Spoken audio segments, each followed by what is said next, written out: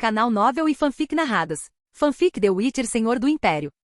Capítulo 371. Ecos de poder e preconceito. Bruxos, o conselheiro aedirniano falou de repente, quebrando o silêncio tenso. O Duque de Lannister, ele se tornou um bruxo, não é? A atenção de todos foi imediatamente desviada. Após a troca de olhares, Coen, sendo da mesma escola que Lan, tomou a iniciativa de responder: algum problema? O conselheiro permaneceu de frente para os bruxos, olhando fixamente para a insígnia no peito de Coen. Eu vi o emblema que o Duque Lannister usa. Parece ser um grifo. Também ouvi dizer que a pequena leoa de Cintra, a princesa Cirila, se tornou a famosa criança surpresa do Lobo Branco. Baladas sobre o destino dela agora se espalham por todas as terras. Geralt franziu a testa levemente, amaldiçoando silenciosamente o bardo Dandelion, antes de responder: isso é só poesia. O conselheiro aedirniano deu uma risada desdenhosa. É verdade. Bruxos, ó bruxos, vocês deveriam se contentar com o leão de Cintra. Cobiçar também a pequena leoa seria pura ganância. A hostilidade em sua voz era inconfundível. Geralt, Coen e Colgrin viraram suas cabeças para o conselheiro aedirniano, que não fez nenhuma tentativa de esconder o desdém em seus olhos para com os 3 guerreiros alquimicamente mutantes à sua frente.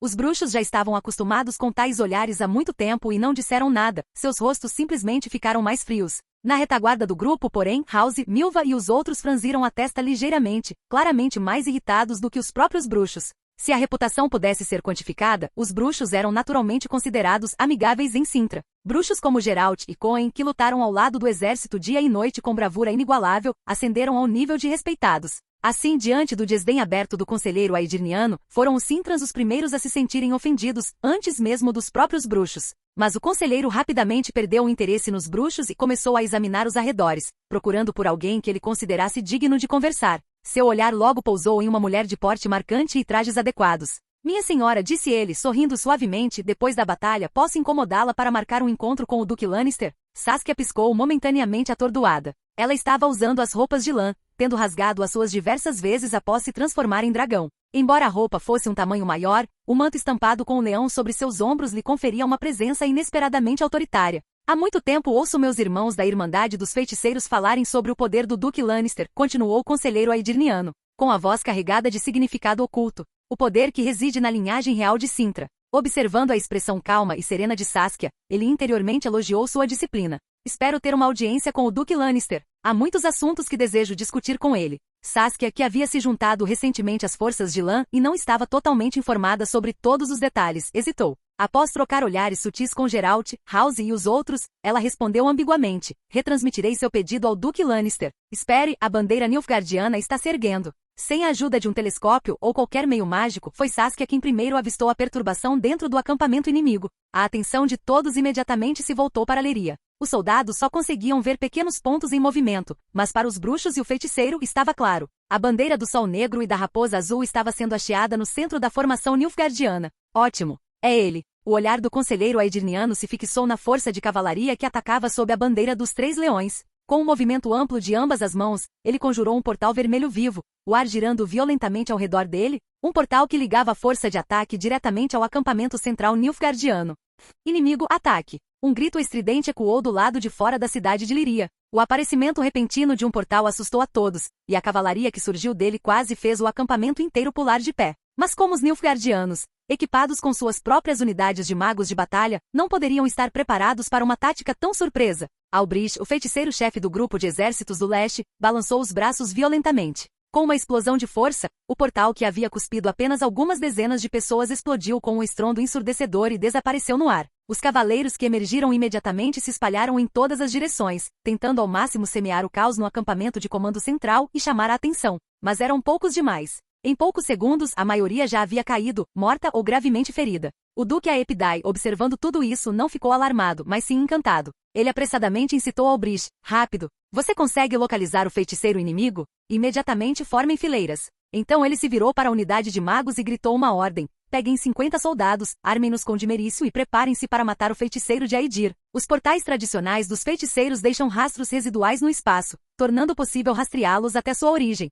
Totalmente concentrado, Albrich sentiu cuidadosamente as flutuações mágicas que desapareciam, exatamente quando um toque de alegria começou a aparecer em seu rosto. Naquele exato momento, exatamente onde o portal havia sido quebrado, uma figura se levantou, alguém que estava agachado com as mãos sobre a cabeça, como se estivesse bêbado. As poucas dezenas de soldados de elite aliados lhe deram um tempo precioso para se recuperar. À medida que a poeira e a fumaça levantadas pelo portal lentamente se dissipavam, os Nilfgaardianos ficaram chocados ao perceber que alguém havia ficado para trás. Eles não tinham notado até agora que um homem havia sido teletransportado e permanecia imóvel no local de pouso. E agora, vendo claramente sua aparência e vestimenta, alguém gritou alarmado. O Leão de Cintra. Peguem ele, peguem ele. Esqueçam os magos, só peguem o leão. No momento em que o Duque Aepidai avistou Lan, ele não conseguiu se conter e gritou com urgência para o comandante mago Nilfgaardiano, Albrich, imediatamente tirando o homem do transe de detecção de portais. Todos entendiam as prioridades. Estrategicamente falando, para Nilfgaard, Lan era mais importante que a rainha Meve e Demavin III juntos.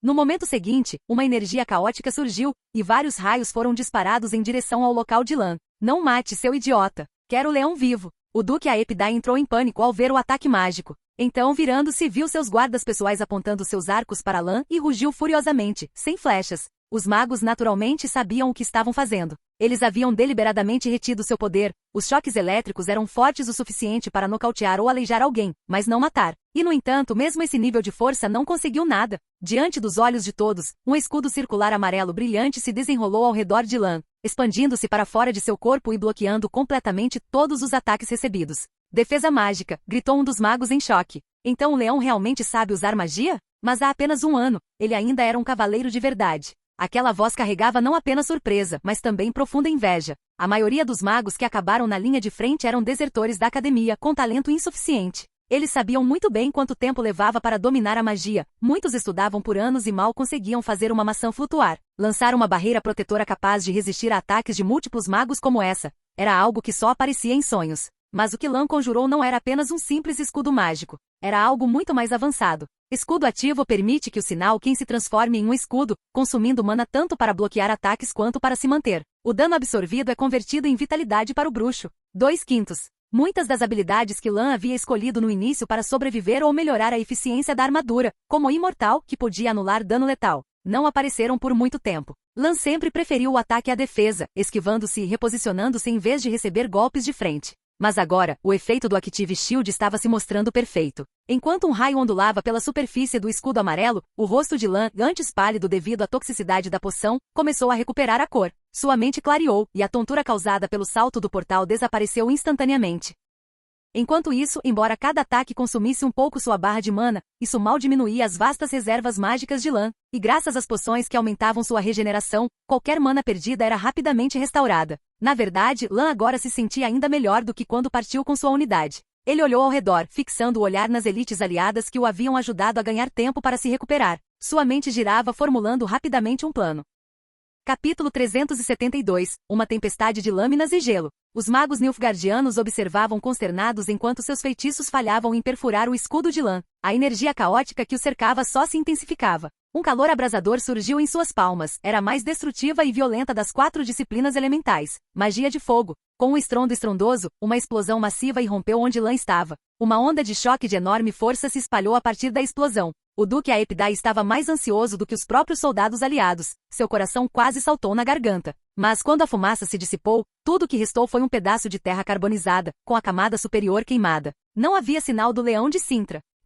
Gritos e berros de alarme irromperam de dentro do acampamento. Uma comoção repentina se instalou. Após o barulho, o Duque Aepidai se virou e viu que o Leão de Cintra, que momentos antes estava bem no centro da zona da explosão, inexplicavelmente cruzou dezenas de metros em um instante e agora estava ao lado de um soldado aliado, seu corpo ainda brilhando fracamente com luz mágica. Vários arcos de luz cruzaram o campo de batalha enquanto Lan derrubava sem esforço os soldados nilfgaardianos vestidos de preto que cercavam as elites aliadas, cortando-os como se estivessem cortando vegetais. Então, com um leve toque no ombro do aliado próximo, ele desapareceu antes que o Duque Aepidai e os magos pudessem sequer reagir. A mesma cena se repetiu várias vezes. Lan, agora transformado em um raio dourado de luz, cintilava entre as fileiras centrais nilfgaardianas. A cada vez ele neutralizava o perigo ao redor de um soldado aliado, dava-lhe um leve toque e desaparecia novamente. Seus movimentos, seus golpes de espada, eram tão rápidos que tudo acontecia num piscar de olhos. Antes que os Nilfgaardianos pudessem responder, Lan já havia completado um circuito entre as tropas aliadas, caminhando casualmente como se fosse um passeio no jardim, e então desapareceu em um último clarão de luz.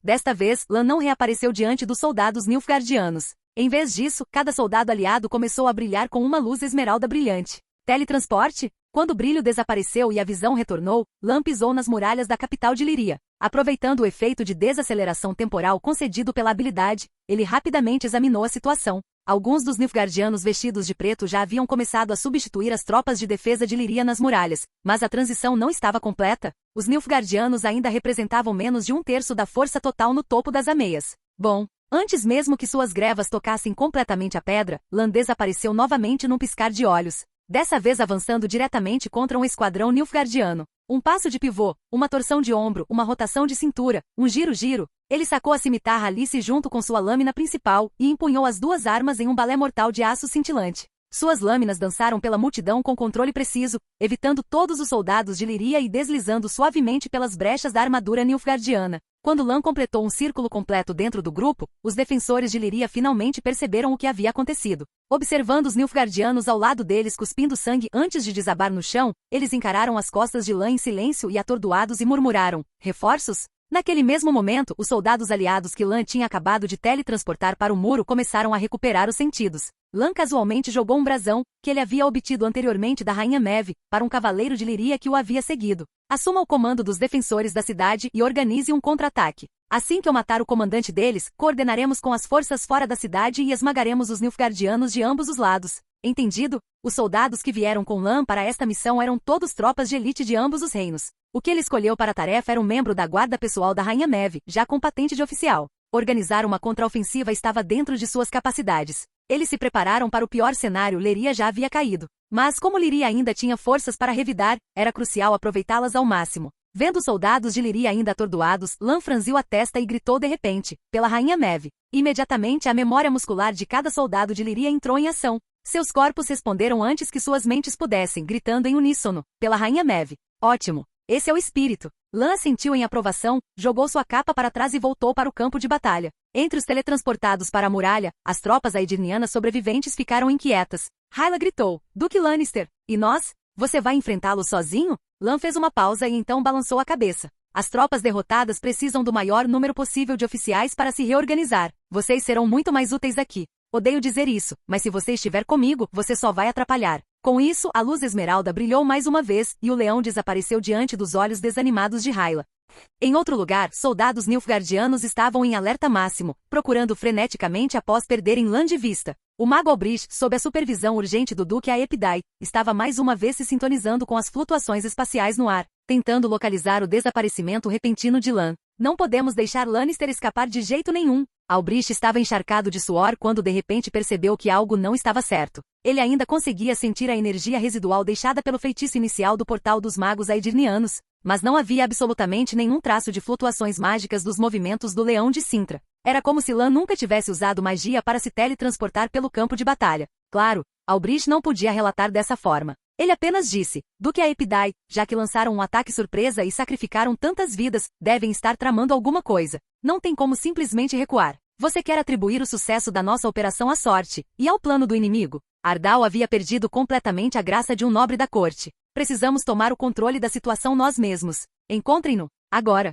De repente, uma voz inesperada ecoou por perto. Vocês dois têm razão. Estavam pensando em mim? Tanto o Duque Aepidai quanto o mago Albrich ficaram paralisados. Viraram-se e lá estava ele. O leão de Sintra havia retornado sem que ninguém percebesse. Ele estava agachado, com partículas douradas de magia ainda brilhando fracamente em seu corpo. Sua mão esquerda estava estendida com a palma voltada para o chão. O rosto do Duque Aepidai se iluminou de alegria, mas a expressão de Albrich se contorceu de terror. O mago podia sentir isso, uma onda avassaladora de energia caótica no ar, selvagem e voraz, como se estivesse pronta para devorar tudo. Sinal de Ard, varredura de Ard, frio penetrante, explosão mágica? Diferentemente de quando Lan o usará contra aquela unidade de cavalaria, esta versão do sinal era completamente diferente em magnitude. Seu mana despencou pela metade em um único instante, como se estivesse caindo de um penhasco, e continuou a evaporar enquanto ventos glaciais ancestrais uivavam pelo campo de batalha. Era o tipo de frio que faria até um gigante de gelo fugir para hibernar nas profundezas das montanhas. Num piscar de olhos, neve e gelo engolfaram tudo que estava à vista.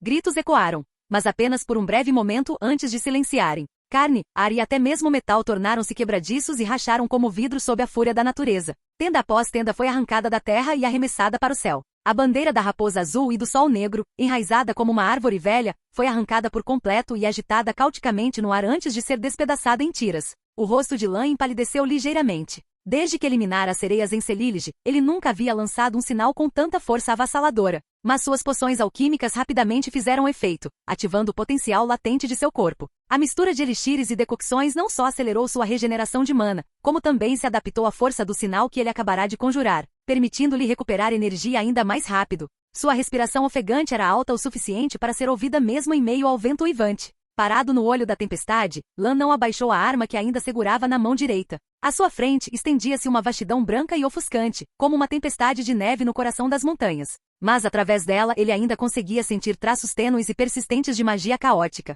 As mãos de Albrich tremiam enquanto ele, junto com as tropas de magos atrás dele, lutavam para manter uma barreira mágica bruxuleante, apenas o suficiente para proteger os últimos oficiais de alta patente do grupo de exércitos do leste. Outro estrondo ressoou. Uma onda de energia psíquica avançou em direção a eles como o rugido de um dragão, quase derrubando Albrich. Sinal de Ard, explosão mágica? Desta vez, o sinal não carregava o poder do vento e do gelo. Em vez disso, varreu o véu de nevasca, permitindo que todos dentro do raio da explosão finalmente vislumbrassem o campo de batalha. Capítulo 373 – A queda do exército oriental de Nilfgaard. O rosto do Duque Aepidai ficou ainda mais pálido do que o deserto nevado ao seu redor. Ele sabia que o grupo de exércitos do leste estava acabado. Mesmo que sobrevivesse a esse encontro, a operação militar em curso já estava além de qualquer possibilidade de salvação. E quando ele retornasse ao Império, um acerto de contas ainda mais severo o aguardava. O que havia sido o centro do acampamento nilfgaardiano há poucos momentos agora estava reduzido a esculturas de gelo quebradas.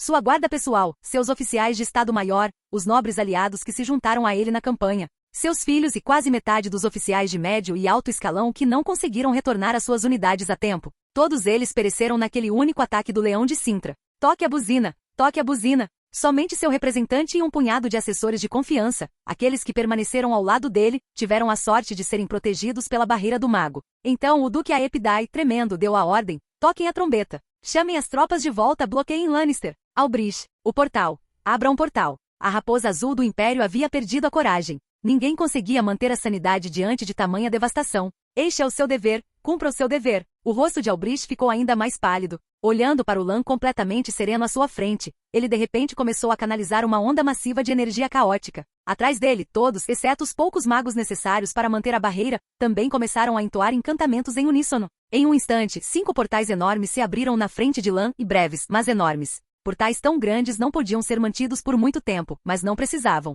Bastavam para que algo mais surgisse. Diante de Lan surgiu uma criatura colossal, com quase 2 andares de altura, corpo forjado em granito sólido. 4 outras criaturas de forma semelhante, cada uma ligeiramente menor, a ladeavam. Seu peito, articulações e rachaduras pulsavam com lampejos de luz de fogo, como se lava derretida fluísse sob sua superfície. Golems elementais de fogo. Não havia como um único mago invocar algo daquele calibre. Desde a Batalha de Soden Hill e quando os soldados do norte, com a ajuda da Irmandade dos Feiticeiros, repeliram Nilfgaard pela primeira vez, o imperador do Império passou a levar a magia muito mais a sério. Aprendendo com os erros do passado, ele investiu pesadamente nas academias de magia do país. Esses 5 golems foram os frutos dessa política. Lan inclinou a cabeça ligeiramente para cima. Até os golems menores eram mais altos do que os que ele vira no laboratório de Thomas Morial, sem falar no gigante central, que quase alcançava a parte superior do tronco de um gigante de gelo, verdadeiramente digno de Nilfgaard, repleto de ouro e totalmente extravagante. Com um flash de luz dourada, Lan ativou piscar. Ele contornou os 5 golems.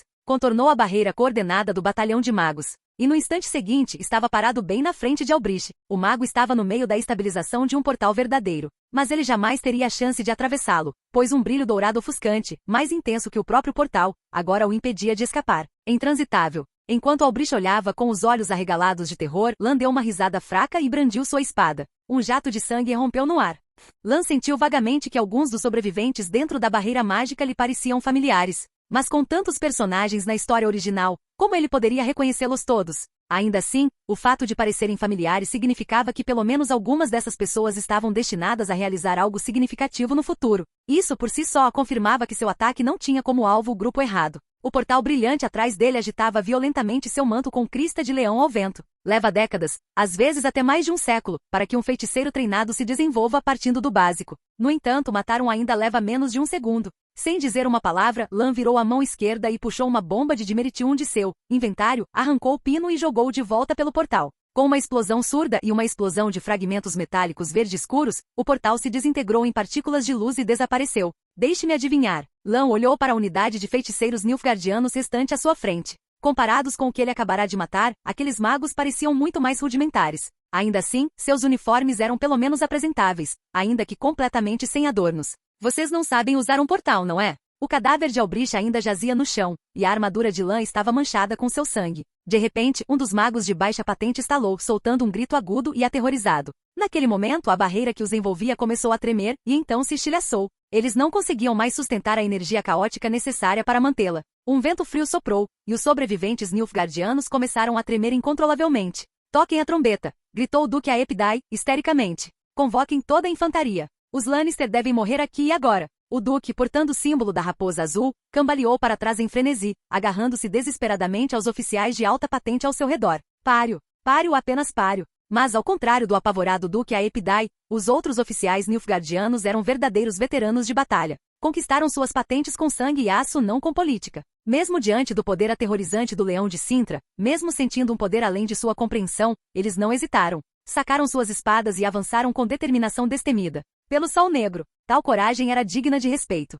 Então Lan também ergueu sua espada e saltou no meio deles. O Duque a Epidai viu um jato de sangue espirrar à sua frente. O estrondo surdo de corpos blindados se seguiu. Aquele brilho dourado de uma lâmina, depois de cortar todos os oficiais em seu caminho, pescou repentinamente diante de seus olhos. Por instinto, o Duque fechou os olhos. Mas a dor nunca veio. Em vez disso, ele sentiu apenas uma rajada de vento passando por seu rosto. Depois vieram mais respingos de sangue. Mais corpos desabando atrás dele. A maestria do Leão de Sintra com a espada atingira um nível impressionante. Ele havia ignorado completamente o Duque, matando primeiro os membros restantes da unidade de feiticeiros do exército oriental com precisão cirúrgica. Quando o Duque a Epidai se virou para olhar, Lan já havia embainhado sua espada e estava calmamente limpando o sangue de sua lâmina. Os magos agora estavam espalhados ao redor dele como sacos descartados, como se fossem pouco mais que talos de trigo que ele havia cortado. Os 5 golems gigantescos que antes marchavam com uma força avassaladora agora estavam imóveis. Era como se tivessem adormecido. O brilho derretido sob suas veias havia diminuído, e eles agora pareciam nada mais do que estátuas de pedra, sem vida e inertes.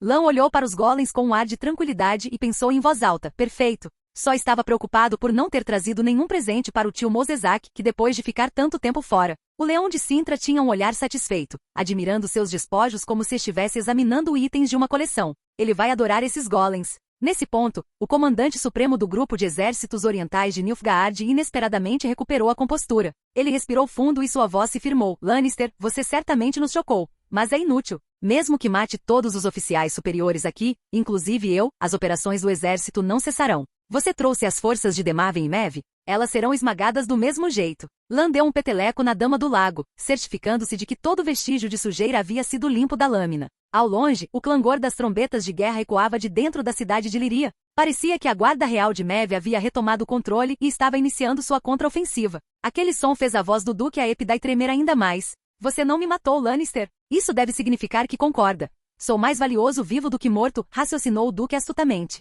O que ele mais temia era um bruto que não negociasse. Enquanto a porta permanecesse aberta para o diálogo, ainda havia uma chance. Sua mente acelerou como nunca antes. A crise de vida ou morte havia liberado todo o seu potencial. Contanto que você... Mas Lan o interrompeu friamente. Não precisa se apressar, Duque a Epidai. Não é hora para conversas. Lan ergueu silenciosamente a mão esquerda e fez um sinal mágico. Teremos bastante tempo para conversar mais tarde. Sinal Axi, delírio. E agora preciso que você fique quieto. Um homem como você tende a falar demais. Isso nunca é bom. Imediatamente elementos pálidos de magia etérea invadiram o cérebro do Duque a Epidai. Seu rosto, antes refinado e calculista, tornou-se vago em um instante. Lan sentiu, satisfeito. Era um prisioneiro valioso o suficiente, por meio dele, ele poderia extrair informações militares sobre os outros grupos do exército nilfgaardiano. Poderia até haver mais surpresas guardadas. Com o Duque em punho, Lan desviou o olhar. Além dele e do Duque a Epidai, apenas uma pessoa no campo de batalha ainda estava viva. O ajudante de Ardal, o nilfgaardiano de armadura negra e capacete alado, segurando uma trompa de guerra, tremia incontrolavelmente. Ele claramente não tinha a coragem daqueles oficiais superiores que Lan tinha acabado de massacrar. O que você está esperando? Lan perguntou friamente. O ajudante congelou. Seu comandante ordenou que você tocasse a trombeta e convocasse a infantaria do Manto Negro. Você recebeu a ordem. O que está esperando? O ajudante ficou completamente perplexo. Sob o olhar fulminante de Lan, ele levou o chifre aos lábios, trêmulo. Hesitou, observando qualquer mudança na expressão do leão, esperando que ele se arrebentasse e o cortasse a qualquer segundo. Mas em vez disso, o leão de Sintra parecia impaciente. Isso lhe deu coragem para finalmente agir? Bou, bou, bou, bou. Os chamados rítmicos das trombetas ecoaram pelo campo de batalha, e quase imediatamente, sinais semelhantes soaram não muito longe. Logo depois, Lan viu uma das bandeiras regimentais próximas hesitar, e então prontamente recuar. Lan assentiu com aprovação, e a intenção assassina ao seu redor começou a se dissipar. Enquanto isso, o trompetista abaixou o instrumento com as mãos trêmulas, incerto sobre o destino que o aguardava. Continue. O quê? O tocador de corneta congelou novamente. Eu disse para continuar, repetiu Lan. Chame cada divisão, cada regimento, cada batalhão. Use todos os sinais que você conhece. Finalmente, o ajudante percebeu o que Lan pretendia. Seu rosto empalideceu e ele hesitou sem vontade de se mexer. Lan percebeu que estava perdendo tempo. Então ele calmamente levantou a mão novamente e lançou outro sinal axi, ilusão, colocando o tocador de corneta em um profundo transe hipnótico. Imediatamente chamados de trombeta ousados, ressonantes e ritmicamente complexos soaram atrás dele, e as fileiras nilfgaardianas, antes bem organizadas, visivelmente mergulharam no caos. Capítulo 374. Cinzas, chifres e esperança. Lan avaliou a magia restante em seu corpo. Após um breve momento, graças à sua afinidade mágica inata e aos efeitos de suas poções, suas reservas de mana já haviam se recuperado completamente. Se houve alguma despesa real, foi apenas seu foco mental. Lan apoiou o queixo na mão. Para falar a verdade, não exatamente. Depois de uma batalha tão furiosa de matança e pilhagem, ele estava praticamente fervendo de adrenalina. Talvez seja melhor lutar um pouco mais e solidificar a situação completamente. Com esse pensamento, ele se decidiu. Um lampejo de luz esmeralda brilhante percorreu seu corpo e no instante seguinte, um clarão dourado o depositou no topo da muralha da cidade de Liria. A essa altura, uma formação organizada já se formava nas muralhas. A aparição repentina de Lan via translação imediatamente colocou todos em alerta. Vários cavaleiros lirianos quase o atacaram por reflexo. Abaixem-se. Todos se abaixem. Aquele é o Duque Lannister de Sintra. A voz era jovem, não era de nenhum dos guardas lirianos que Lan trouxera consigo. Ele seguiu o som e avistou 2 garotos loiros no início da adolescência.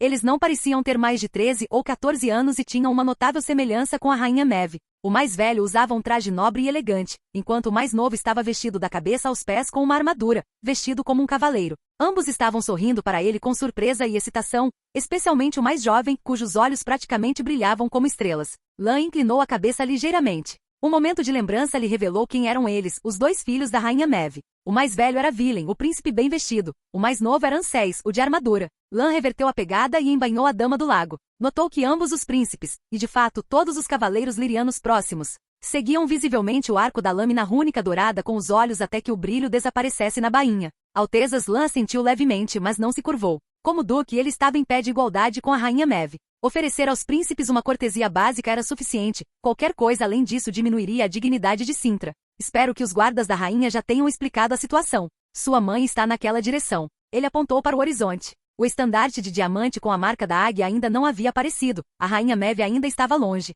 Neste momento precisamos de cooperação absoluta para repelir os nilfgaardianos. Se possível, por favor, reúnam a cavalaria restante na cidade. Posso liderar um ataque e atacar pela retaguarda. Enquanto a rainha Maeve avança pela frente, nós podemos. Claro, com certeza. Anseis interrompeu antes que Lan pudesse terminar, suas placas de armadura tilintando de excitação. Duque Lannister, todos nós ouvimos suas canções e baladas, confiamos completamente em você para comandar. E se possível, eu gostaria de me juntar à investida, meu. Vilen puxou abruptamente o irmão mais novo para trás. Pigarreou levemente e disse, Duque Lannister, por favor, perdoe a indiscrição do meu irmão. Ele o admiro há muito tempo, e poder conhecê-lo pessoalmente, ele não conseguiu conter a excitação. Espero que você entenda. Escolhendo as palavras com cuidado, ele continuou. Confiamos plenamente na amizade de Sintra. Os reforços aqui foram trazidos por você, e você é claramente o mais familiarizado com o campo de batalha atual. Estou confiante de que os cavaleiros de Liria estarão mais do que dispostos a segui-lo e se juntar à minha mãe. Ele falou com clareza e compostura, demonstrando cortesia e uma firme compreensão do contexto geral. Lan acenou com a cabeça em aprovação para o príncipe Vilen. Se Lan se lembrava corretamente, o príncipe Vilen, assim como Svanhige, filho de Bran e Celilige, era um desses reis sábios adormecidos. Embora a rainha Maeve frequentemente desprezasse o filho como um tolo, isso era mais um reflexo de sua natureza autoritária do que de sua real capacidade. Na linha temporal original, após a queda de Líria e a rainha Maeve ser forçada ao exílio, Villain, abandonado. Inicialmente se rendeu a Nilfgaard pelo bem do povo liriano, tornando-se um governante fantoche. Mas ele logo percebeu a farsa de Nilfgaard. Enquanto fingia estar agindo como um idiota, secretamente construiu resistência, ao mesmo tempo em que contatava sua mãe exilada, na esperança de mobilizar os Lérios para trazer sua rainha de volta e expulsar Nilfgaard juntos. Lan imaginou que a razão pela qual a rainha Maeve não acreditava que Villain tivesse o necessário para ser rei era porque o príncipe herdeiro havia investido todas as suas habilidades na governança doméstica. Quando Maeve foi ao norte para participar de uma cúpula, certa vez deixou Villain encarregado de liderar tropas para reprimir bandidos, um desastre completo. No entanto, após a queda de Líria, Villain implementou com ousadia uma série de reformas abrangentes em seu país. Essas novas políticas até conquistaram a aprovação de Maeve. Quando a rainha retornou a Líria, decidiu mantê-las. Embora Villain não tivesse talento militar, ele não era de forma alguma desprovido de coragem. Na linha temporal anterior do jogo, havia múltiplos finais possíveis para ele. Se Maeve perdoasse Villain, o resultado seria um reencontro feliz, as reformas do filho permaneciam, e mãe e filho se entendiam reencontradamente. Mas se ela se recusasse a perdoar sua rendição a Nilfgaard, ele ainda se voltaria contra Nilfgaard após seu retorno, lutando bravamente até ser atingido por múltiplas flechas, morrendo finalmente nos braços da mãe. Comparados ao feito de Svanhilde de reunir as Ilhas Celílige para repelir Nilfgaard, os feitos de Villain podem ter parecido menores. Ainda assim, no grande sistema de casamentos dos competentes reis do norte, Villain era uma joia rara, bondoso com seu povo, hábil em governar e disposto a aceitar conselhos. Um governante sábio, sem dúvida. Com esses pensamentos, um sorriso surgiu nos lábios de Lan. Ele acenou para os dois príncipes, então se virou para os cavaleiros lirianos que trouxera consigo. Formem uma formação e me esperem no portão. Atacaremos juntos quando eu voltar. Um dos cavaleiros lirianos piscou surpreso. Duque Lannister, aonde você está indo? Lan se virou para olhar a formação nilfgaardiana à distância, com os olhos fixos nas bandeiras no centro de cada divisão e regimento. Vou matar mais alguns oficiais, poupando o esforço da sua rainha. E com isso, sob os olhares atônitos de todos os presentes, ele desapareceu mais uma vez em um flash de luz.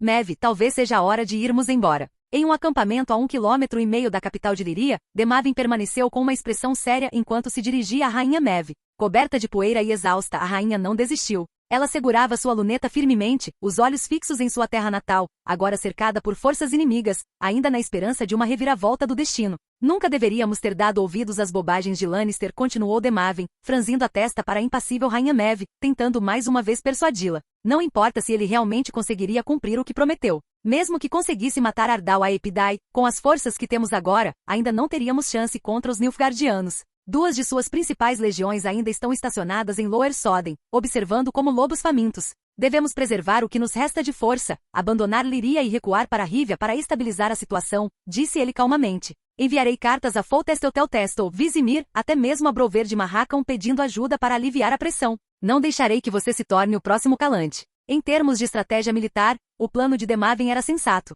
Dadas as circunstâncias atuais, era provavelmente a melhor opção. Os exércitos conjuntos dos dois reinos foram pegos de surpresa pelo ataque surpresa de Nilfgaard e agora estavam em desordem. Precisavam de tempo para se reagrupar se quisessem lançar uma contra-ofensiva de verdade. Perseguir territórios perdidos em fúria só servia para o inimigo, levando a repetidas derrotas e, por fim, a destruição total. Nilfgaard é o tipo de inimigo que exige a força de todo o norte para resistir. Você se esqueceu da Batalha de Soden Hill, Maeve. Vestida com uma armadura dourada e opaca, Maeve ignorou suas palavras. Ela fora princesa de Rivia antes de conquistar o poder sobre Líria por meio do casamento. Após a morte do marido, ela há muito tempo passará a considerar Líria uma terra que valia a pena defender com a própria vida. Sua atenção permaneceu concentrada na cidade distante, como se tivesse se isolado do resto do mundo. Só depois de uma longa pausa ela falou em voz baixa e firme: meus 2 filhos estão dentro daquela cidade, liderando meus súditos em sua defesa. Como rainha deles, como eu poderia virar as costas e fugir enquanto meu país cai?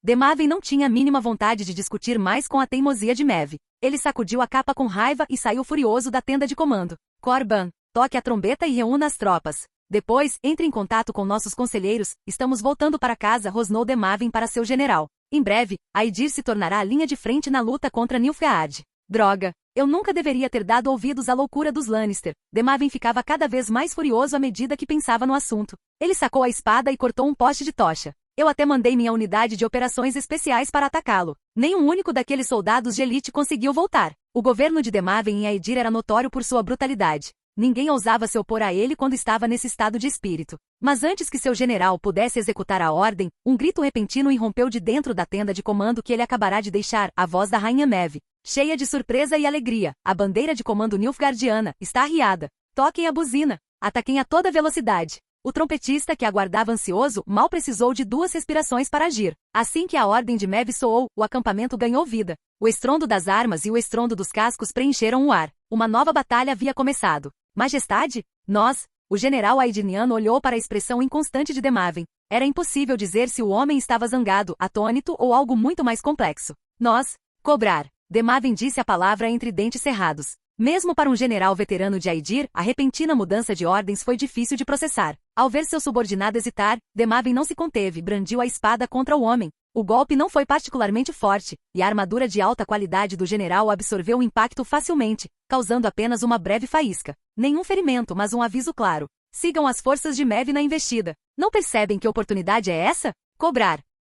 Capítulo 375. O leão cavalga à frente. A cavalaria de Líria, liderada pelos cavaleiros da rainha, avançou sem hesitação. Passaram por um trecho de terra que parecia ter sido queimado pelo fogo. Espalhados pelo chão, havia fragmentos de armaduras negras. Entre eles, conseguiam distinguir vagamente os emblemas de Líria, marcas de seus compatriotas que haviam servido como vanguarda. Foi o sacrifício deles que criou essa oportunidade de atacar. No que diz respeito à classe dos cavaleiros, o norte e o sul estavam praticamente empatados em destreza no combate. Mas com a inclusão das fileiras regulares, a diferença entre eles aumentou drasticamente. O sul havia suportado anos de guerra contínua. Mesmo as patentes mais baixas estavam repletas de soldados de carreira, veteranos experientes no campo de batalha. Equipado com equipamentos superiores, um único soldado de infantaria nilfgaardiano podia enfrentar 2, 3 ou até 5 soldados do norte. E, no entanto, o exército negro sempre chegou em números 2, 3, até 5 vezes maiores que os do norte. Diante de marés tão avassaladoras do exército negro, o norte foi repetidamente derrotado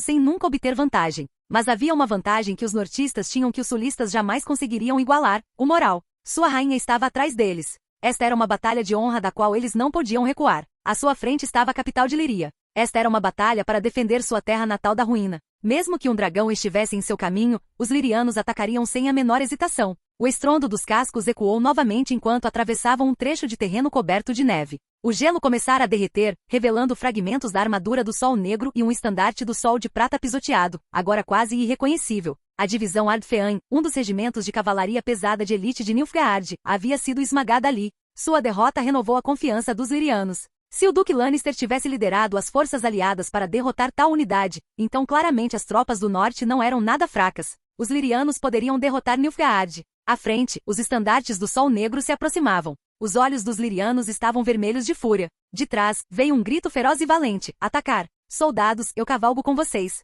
Pela rainha Maeve. É bom. Os Nilfgaardianos, sem outras unidades de cavalaria além da divisão Ardfean enviada de Lower Soden, dependiam agora inteiramente da infantaria para defender a travessia do rio. Mantiveram-se firmes com lanças longas e escudos pesados, e foram prontamente esmagados pela cavalaria líria que se aproximava. A maré negra atingiu um recife e o abriu completamente. Eram unidades de infantaria leve. Chegaram primeiro, tendo corrido mais rápido. E se fazia sentido para Nilfgaard interceptar a cavalaria, os lirianos não se importavam. Ninguém parou para se perguntar por que uma tática tão bizarra, enviar infantaria leve para um confronto direto com cavaleiros montados, estava sendo usada. Eles simplesmente mergulharam na tão esperada emoção da batalha. Lanças se estilhaçaram. Espadas foram sacadas e desferidas com precisão mortal. Cascos trovejaram, esmagando inimigos à torto e à direito apenas com um impacto. Golpeando para a esquerda e para a direita, a cavalaria imprudente da rainha logo viu o caminho à sua frente se abrir abruptamente. Não parem. Há mais unidades nilfgaardianas à frente. As tropas em fuga serão derrotadas pelos nossos reforços, continuem atacando. A breve clareira deu aos cavaleiros espaço para acelerar novamente e após a onda de matança sangrenta, seu moral atingiu o auge. Ao longe, os cavaleiros avistaram uma formação à frente. Tropas vestidas com armaduras grossas e carregando escudos pesados. Elas poderiam se tornar um obstáculo temporário. Mas os lórios não temiam sacrifícios. Os cavaleiros na linha de frente se preparavam para se lançar com seus corcéis contra aqueles escudos, para abrir uma brecha para os camaradas atrás deles. Quando de repente das profundezas das fileiras nilfgaardianas, uma trombeta distante soou. O exército de Nilfgaard era famoso por sua disciplina rigorosa e hierarquia rígida. Após anos de guerra, seus soldados haviam internalizado as duras leis militares do Império. Por mais absurda que uma ordem pudesse parecer, ela seria cumprida à risca pelos escalões inferiores. Então os lórios, no meio do ataque, ficaram surpresos ao testemunhar a infantaria diante deles parar abruptamente e então se virar e recuar.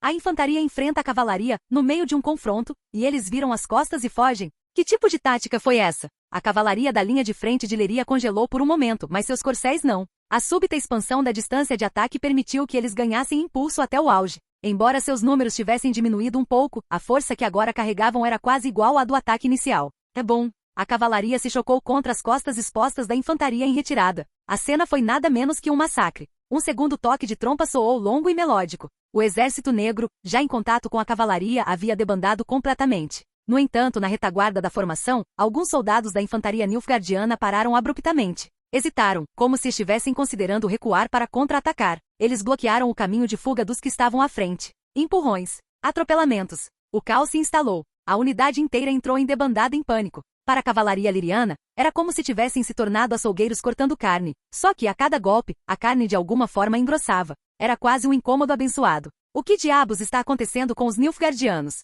Essa questão não parava de borbulhar na mente dos cavaleiros. Pelo sol, o corneteiro enlouqueceu. O comandante da infantaria finalmente perdeu o controle. Esqueçam a buzina. Todas as unidades obedecem ao meu comando. Ele sabia muito bem que poderia enfrentar uma punição militar por isso mais tarde. Mas, considerando o rumo que as coisas estavam tomando, não tinha certeza se viveria o suficiente para se preocupar com isso. De repente, os lirianos notaram uma mudança. Embora o inimigo ainda fugisse, ainda se desfizesse como carne sob um cutelo, algo nele não parecia mais o mesmo. Aquela sensação espessa e pegajosa de cortar carne indefesa havia desaparecido. As expressões dos lirianos tornaram-se solenes. Algo havia mudado. Então, sob a bandeira nilfgaardiana, uma explosão de fogo iluminou o ar. A bandeira do Sol Negro tombou. E com isso, o caos retornou. Aquela resistência visceral desapareceu, substituída mais uma vez pela rendição à matança. Majestade! O estrondo de cascos rugiu ao redor dela. Um cavaleiro galopou até a rainha Maeve e gritou. Algo está errado. Isso está indo muito bem. Os nilfgaardianos devem estar armando uma armadilha. Essas tropas são apenas iscas. Sua segurança é primordial, nós deveríamos.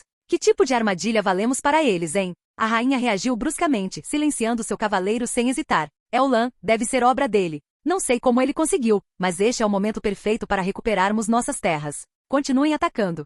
O que se seguiu foi ainda mais estranho. À medida que a cavalaria avançava, muitas vezes nem sequer havia entrado em confronto com o inimigo quando as bandeiras nilfgaardianas caíram, e suas formações se desfizeram. A essa altura, até mesmo as tropas aedirnianas já haviam se infiltrado nas fileiras do Exército Negro, transformando todo o Exército do Sul em uma multidão em fuga. Gradualmente a cavalaria de Maeve diminuiu o passo. Não havia mais necessidade de atacar. Tudo o que precisavam fazer era deixar seus cavalos perseguirem as tropas em retirada, que em pânico arrastavam seus próprios camaradas para o caos. O dano causado por atropelamentos, tropeços e lutas internas agora excedia o que o ataque inicial de Líria havia infligido. Os toques de trombeta continuaram a soar, estridentes e desordenados. Mas o Exército Negro não lhes deu mais atenção. Só restava uma ordem para eles seguirem, correr. A rainha Maeve foi tomada por uma sensação surreal. Ela se preparara para um massacre corpo a corpo, preparada para tirar vidas pessoalmente. No entanto, ali estava ela, sem uma única gota de sangue em sua lâmina. O inimigo nem chegara perto de romper sua guarda. Então, de repente, cascos estrondosos soaram à frente. A linha nilfgaardiana se abriu. Da brecha surgiu uma unidade de cavalaria, vestida com a mesma armadura e ostentando o mesmo brasão de suas próprias tropas. À frente, porém, estava um cavaleiro de armadura negro prateada, de cabelos dourados e com a aura feroz de um leão. Lan Lannister, o Leão de Sintra. Embora seu esquadrão tivesse acabado de abrir caminho através do inimigo, eles se portaram com muito mais vigor e determinação do que os homens que apenas perseguiram os inimigos em fuga. Os cavaleiros atrás do leão o encaravam com olhos brilhantes de admiração, tanto que por um momento eles nem notaram sua rainha. Capítulo 376, Retorno a Sintra. Lan estava no topo dos muros da capital de Líria. Após devolver o comando da cavalaria à rainha Maeve, ele a observou partir com o exército em sua perseguição, sabendo muito bem que isso não seria resolvido rapidamente. A rainha Maeve precisaria atacar sem pausa, expulsar os nilfgaardianos completamente através do Yaruga e recuperar toda a Líria. Caso contrário, o exército negro pode se reagrupar e se entrincheirar, prolongando a guerra e causando perdas desnecessárias. Ou pior, os remanescentes em fuga poderiam se espalhar pelas cidades vizinhas, causando um caos que a rainha não poderia permitir. Afinal, este era um exército de dezenas de milhares. Demaven fez uma breve pausa ao passar pela capital, principalmente depois de ver o duque Aepidai, comandante do grupo de exércitos do leste. Ele até tentou negociar com Lan. Aparentemente, ele queria que o prisioneiro fosse entregue. Mas Lan não tinha intenção de dar a mínima para Demaven. Recusou-se friamente e observou o rei impotente e enfurecido partir em disparada atrás da rainha Maeve, ainda perseguindo os Nilfgaardianos em retirada. Démaven pode ter tido um temperamento forte, mas pelo menos ele entendia o panorama geral.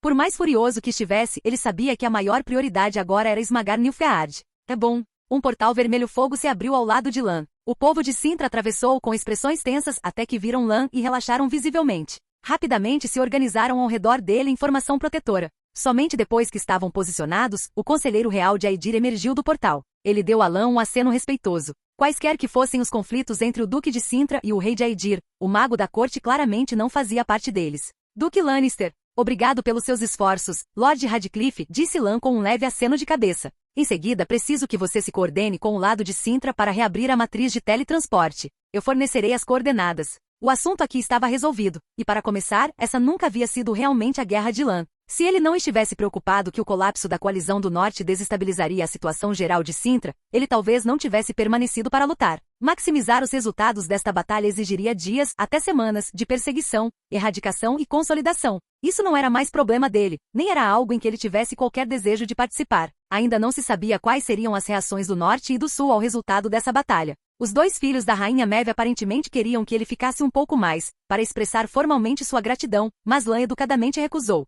Seu coração ansiava por retornar a Cintra. Por um lado, ele estava preocupado com o estado da guerra por lá. Por outro, ele simplesmente sentia saudades de casa. Ainda assim, ele proferiu suas palavras de despedida com equilíbrio e dignidade. Diante de uma invasão do sul, o norte tem o dever natural de se erguer e se unir. Minha ajuda não é algo pelo qual vossas altezas precisem me agradecer. Só espero que se algum dia nos encontrarmos novamente no campo de batalha contra o Sol Negro, tenhamos a chance de lutar verdadeiramente lado a lado. Lan podia sentir isso. Enquanto ele falava aquelas palavras, os olhos dos dois príncipes quase pareciam brilhar.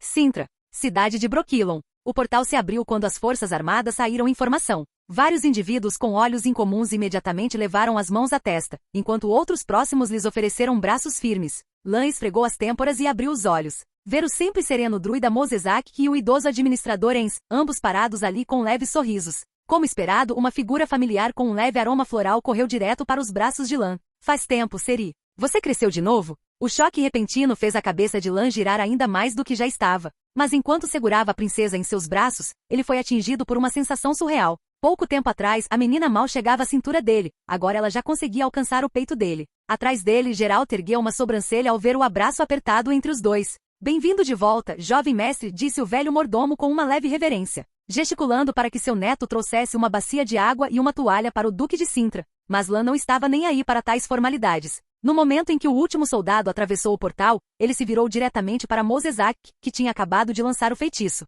Tio Michique, acabei de voltar de resolver a crise enfrentada pela rainha Maeve e Démaven. Eles foram pegos de surpresa por um ataque surpresa Nilfgaardiano. Maeve quase perdeu toda a Liria, e Rivia mal foi contida. Nilfgaard deve ter mais do que apenas este exército em movimento. Os outros grupos de exércitos fizeram alguma movimentação? Qual é a reação geral do norte? Essa foi a primeira preocupação de Lan ao retornar, e enquanto Michique escutava, sua expressão ficou um pouco mais séria, embora longe de sombria. A situação, ao que parecia, ainda não era grave. Após um momento de reflexão, o velho druida respondeu com uma contra-pergunta. Já que você veio de lá, presumo que tenha resolvido os problemas com Maeve e Démaven III? A essa altura, a fé de Mosezak em Lan já havia se tornado instintiva. Lan resumiu brevemente suas ações em Liria. Enquanto falava, o druida ancião assentiu e murmurou palavras de admiração em voz baixa. Então Mosezak compartilhou sua própria informação. O norte não reagiu com muita veemência à invasão do grupo de exércitos do leste. Apenas Encel de Caeden, que há muito guarda rancor contra Démaven III, pareceu considerar aproveitar a oportunidade para invadir o norte de Aedir. Mas suas intenções foram rapidamente descobertas por Foltestel Teltestel e Vizimir. Os dois emitiram um aviso conjunto, que pôs fim ao plano daquele idiota. E agora que você ajudou a estabilizar as linhas de frente em Liria, as coisas devem permanecer calmas por enquanto. Enquanto um rei do norte era derrotado na linha de frente, outro contemplava uma traição na retaguarda. Reis como Encelt foram exatamente o que prejudicou a capacidade do norte de agir como uma frente unificada. Felizmente, a cúpula anterior do norte havia pelo menos forjado um consenso flexível entre as principais potências. Sem ela, Caeden poderia ter acabado fazendo um favor a Nilfgaard. Encelt clássico, murmurou Lan com genuíno desdém. Então ele fez a pergunta que mais lhe pesava na cabeça. E as nossas linhas de frente? Nilfgaard fez alguma coisa? O velho druida acariciou a barba e, sem surpresa, assentiu. Eles nos atacaram de surpresa há cerca de uma semana. O ataque foi tão violento que por um instante pensamos que pretendiam acabar com a guerra de uma só vez. O Marechal Vicegerde e eu tivemos que ir pessoalmente a campo só para repelir a primeira onda. Mas depois disso nossos reforços chegaram. Aqui, um sorriso apareceu no rosto de Mos Ezek.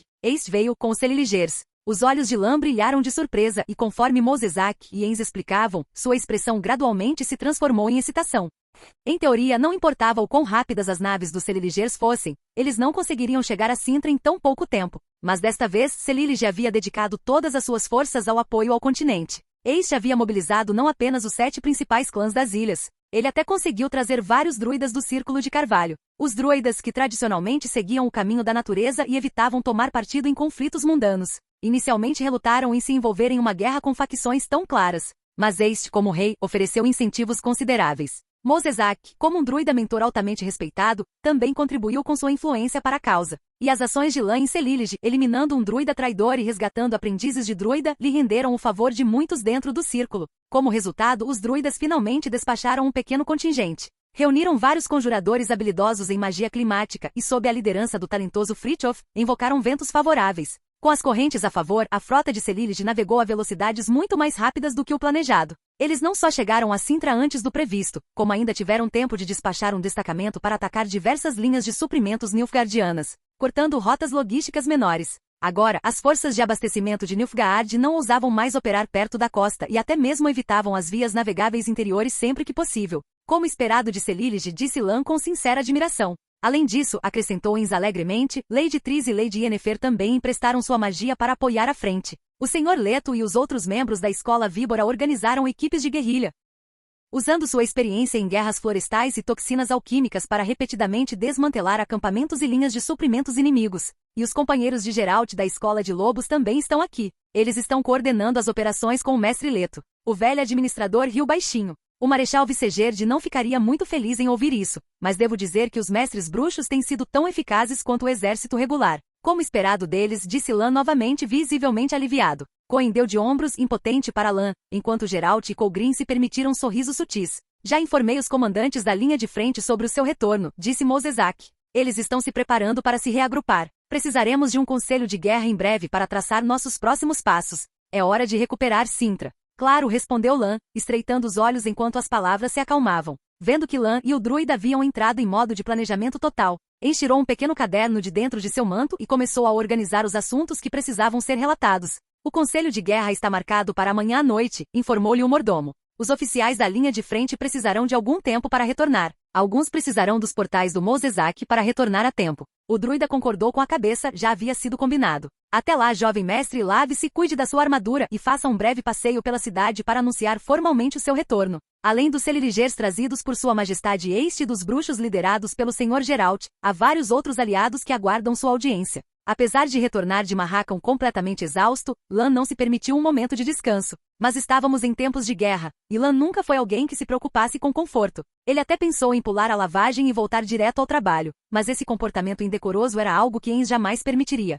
Outros aliados? Não me diga que os mercenários de Kovir já estão aqui, perguntou Lan, curioso. Não exatamente, a Companhia Livre ainda está a caminho, Enz assentiu, confirmando o palpite de Lan com uma pequena correção. Após a chegada da frota de Celilige, seus mestres druidas não pararam. Usaram portais para seguir para o norte e encontrar a frota de Kovir, e então os auxiliaram com magia climática para acelerar a passagem. Eles devem chegar a Sintra em cerca de 2 dias, bem a tempo para nossa contraofensiva. Lan assentiu, satisfeito. Então, um pouco confuso, perguntou, então não são eles que você mencionou. Quem são esses aliados, então? Enz sorriu gentilmente. Os Cavaleiros de Oxenfurt.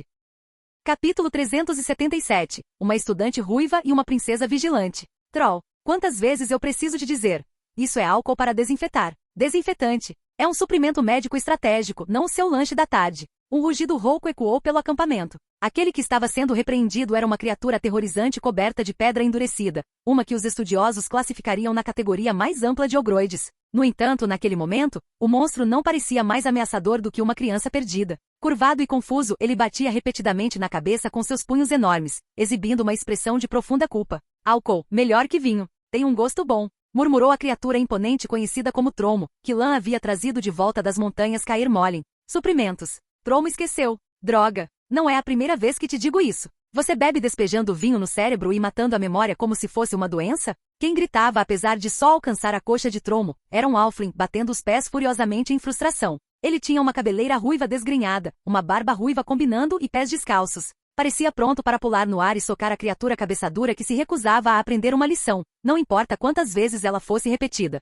Professor Milo, por favor, acalme-se. Todos sabiam que Milo não conseguiria machucar Tromo, por mais que se esforçasse tentando. Pelo contrário, era mais provável que ele se machucasse. Vendo a situação piorar, um de seus alunos próximos correu para contê-lo. O estudante tinha cabelos mais ruivos que fogo, mas um temperamento tão calmo quanto água parada. Shani, me solta. Desta vez eu preciso mesmo dar uma lição naquele idiota. Embora Milo fosse pequeno, ele era robusto e forte, muito mais poderoso que o ainda jovem Shani. Somente depois de extravasar um pouco de sua raiva desferindo alguns chutes, não fortes, nas pernas duras de Tromo, seus outros alunos se aproximaram e, com uma coordenação bem treinada, o puxaram de volta e o separaram do ogroide. Mais uma dúzia de estudantes rapidamente se aproximou para afastar Tromo da vista de Milo. O grandalhão, ainda atordoado, não entendeu bem o que havia feito de errado e se afastou relutantemente, claramente sem vontade de ir embora. Foi essa cena que Lan viu, e isso deixou encantado além das palavras. Milo Vanderbeck, apelidado de Rush, um renomado instrutor médico de Oxenfurt e futuro chefe de todos os hospitais de campanha do norte durante a guerra, realmente veio para Sintra. A chegada do Duque de Sintra atraiu instantaneamente a atenção de todos. A cena caótica rapidamente se normalizou. Todos os estudantes de medicina e espectadores pararam o que estavam fazendo e saudaram Lan respeitosamente. Os olhos de Tromo brilharam enquanto ele chorava. Lan, amigo. Ele avançou com tanto barulho que os guardas levaram as mãos às armas, meio que esperando uma tentativa de assassinato. Mas Lan calmamente acenou com a mão para que os guardas se abaixassem. Então, com um baque forte, o leão de Sintra e o enorme ogroide se chocaram em um abraço pesado, batendo nas costas um do outro como velhos companheiros de guerra. Lan, mais forte agora, sorriu Tromo. Amigo. Depois de trocar alguns tapinhas fortes com Tromo, Lan voltou sua atenção para Milo, Shani e o grupo de jovens com aparência inconfundivelmente acadêmica que estavam atrás deles. Desculpe, mestre Milo. Vou falar com o Tromo e garantir que ele pare de beber álcool. Ele me ouve. Lan sorriu calorosamente e várias das jovens alunas coraram e olharam para baixo. Você não tem ideia de como estou feliz em vê-lo aqui. Enquanto falava, Lan olhou ao redor, atrás do médico Alflin, como se estivesse procurando por mais estudiosos.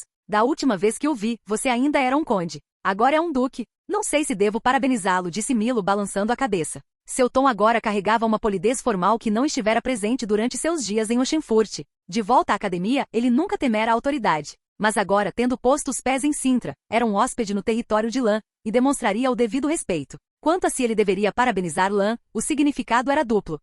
Pela elevação do título. E 2, por herdar um reino que agora estava em uma situação tão terrível. Não precisa mais olhar para trás, disse Milo balançando a cabeça. Essas fórmulas que você me deu deixaram os acadêmicos completamente deslumbrados. Até o reitor perguntou se deveríamos marcar uma entrevista com o corpo docente para lhe oferecer uma vaga de professor. Quando descobriram que você era um conde de Sintra, muitos dos estudiosos mais velhos ficaram ansiosos para vir e discutir assuntos acadêmicos com você. Mas a guerra os fez recuar. A maioria deles são professores idosos com vasto conhecimento, mas frágeis demais para tal jornada. Lan sentiu incompreensão. Então, quando a paz retornar, eu mesmo escreverei para eles, os convidarei aqui pessoalmente. Ah, eles vão ficar radiantes, riu Milo. Há vários físicos e teóricos da arquitetura entre eles. O trabalho deles pode ser de grande ajuda na reconstrução do país. O Alfred então gesticulou para trás dele. Por enquanto, os únicos corajosos o suficiente para vir somos eu e alguns estudantes de medicina destemidos. Este é um lugar ideal para treinamento prático, e eles terão acesso a muito mais espécimes do que jamais teriam na faculdade.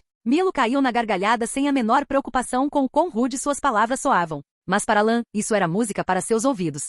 Mesmo que fossem apenas internos, ainda eram verdadeiros estudantes de medicina de Oxenfurt, muito mais confiáveis do que os curandeiros não certificados que vagavam pelas vilas, cidades ou até mesmo cidades daquela época. Com esses alunos em Sintra, o padrão de atendimento e logística para os soldados aumentou mais de um nível. Obrigado pelo seu apoio, Milo, disse Lan sinceramente, curvando a cabeça. Encarregarei meus assistentes e guardas de elite mais confiáveis de protegê-lo. Você será tratado com o maior respeito em Sintra. Ao ouvir isso, Milo assentiu seriamente em resposta e então caiu na gargalhada novamente. Fora de Oxenfurt, estudiosos como ele raramente recebiam respeito genuíno de nobres ou governantes. A sinceridade de Lan significava muito para ele. A propósito, Duque Lannister, Milo se inclinou e baixou a voz maliciosamente. Além daqueles que realmente estão aqui para salvar vidas na linha de frente, muitos outros vieram atraídos pela sua reputação. O leão de Sintra, afinal.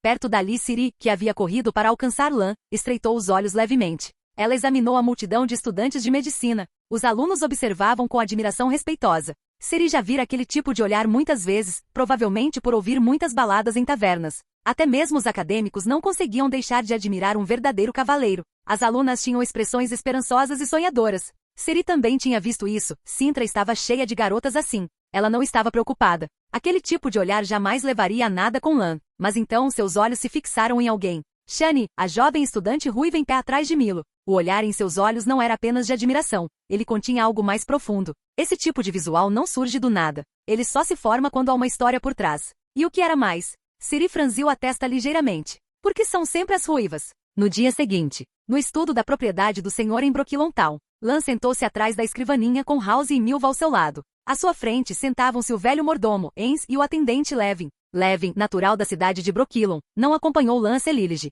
Possuindo uma aptidão razoável tanto para a diplomacia quanto para assuntos internos, Levin foi deixado para trás para auxiliar Ens e receber treinamento adicional. No momento, tendo trabalhado ao lado do velho administrador por algum tempo, Levin estava se reportando ao seu suzerano. A senhorita Yuna vem consolidando os esforços dos ferreiros desde que chegou a Cintra. Depois de receber as armaduras que você trouxe de Marrakão ontem, ela tem estado ocupada contando os conjuntos, verificando a qualidade e ajustando o tamanho de algumas delas. Os preparativos iniciais devem ser concluídos em 3 dias, quando então os exercícios de equipagem dos soldados poderão começar. Durante esse período, também tentei negociar com as senhoras da floresta de Brooklyn. Elas ainda rejeitaram a proposta de compartilhar as águas da fonte de Brooklyn para o tratamento dos feridos e também se recusaram a enviar arqueiros para reabastecer nossas forças. No momento, elas só estão dispostas a fornecer tratamento a alguns poucos indivíduos, incluindo vocês e feridos.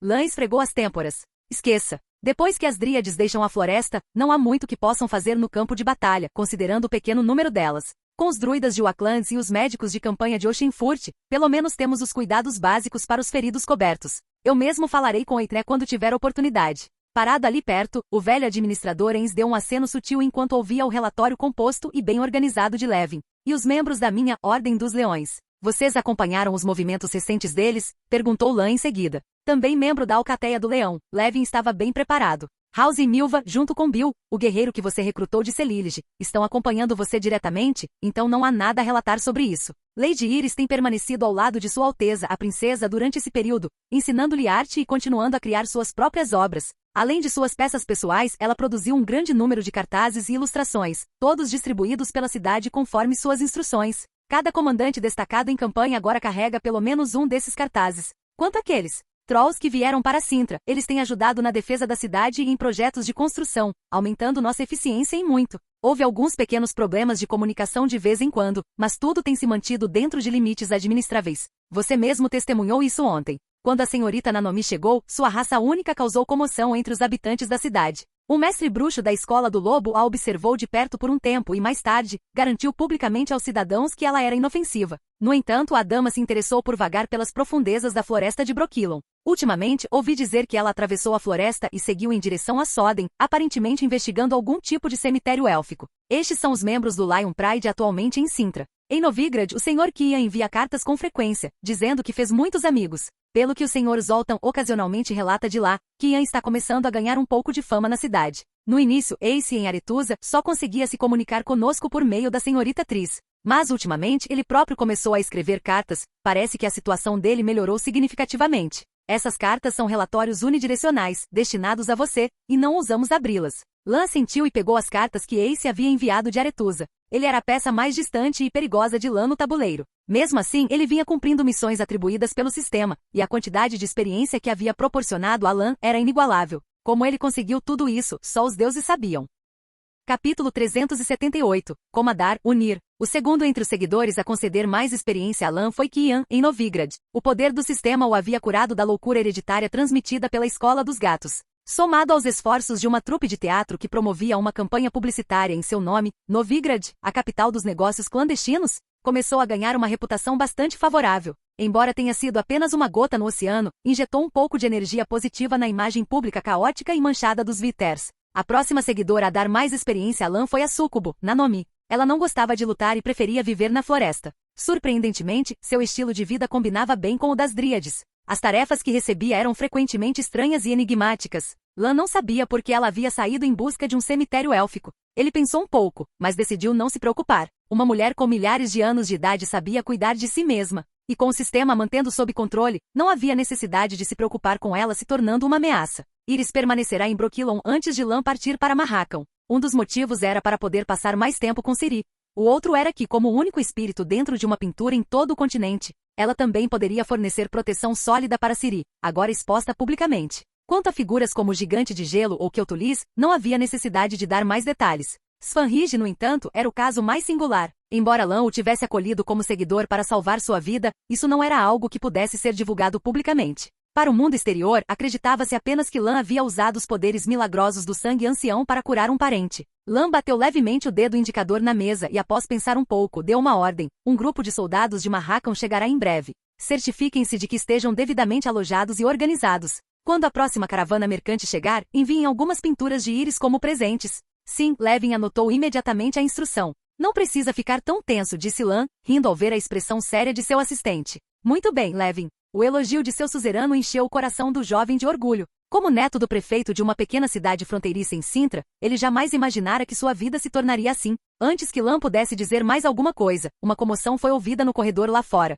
Um momento depois, a voz de alguém, contida, mas cheia de entusiasmo, pôde ser ouvida exclamando suavemente, Majestade. Lan, posso entrar? Perguntou uma voz firme do outro lado da porta. Ao ouvir aquela voz familiar, um sorriso genuíno floresceu no rosto de Lan. Claro, assim que as palavras saíram de sua boca, ele já estava se levantando do assento. O velho mordomo Ens rapidamente se adiantou e abriu a porta, revelando um homem de armadura completa, recém-saído de uma batalha no mar a bordo de um navio, a julgar pela aparência. Dentro e fora da porta, todos os sintranos presentes instintivamente fizeram uma reverência e gritaram, Majestade, pois este era o marido da rainha de Sintra, o amado da leoa, o antigo rei de Sintra, e agora mais uma vez o governante coroado de Celílige, Eist-Turcias. Os sentimentos em relação a ele entre os Sintrans eram complicados. A rigor, por lei, Eist tinha direitos de herança sobre Sintra como marido de Calante, mesmo sendo estrangeiro. Muitas pequenas nações do continente haviam caído em acordos legais semelhantes, tornando-se vassalos após a morte, conveniente de membros da realeza estrangeira. A história está repleta de casos em que reis de grandes nações casavam seus filhos ou filhas mais novos em uniões políticas,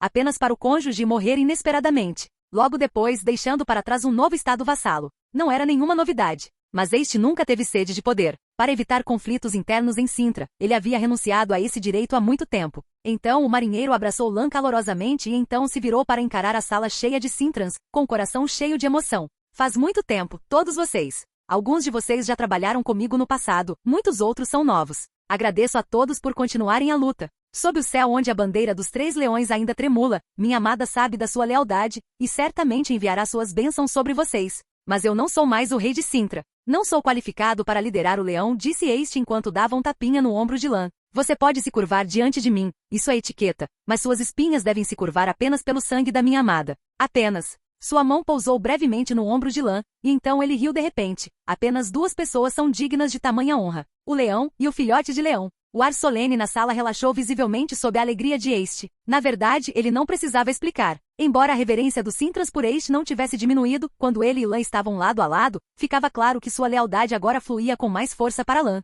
Ainda assim, a declaração aberta de Este trouxe uma sensação de segurança a todos os presentes.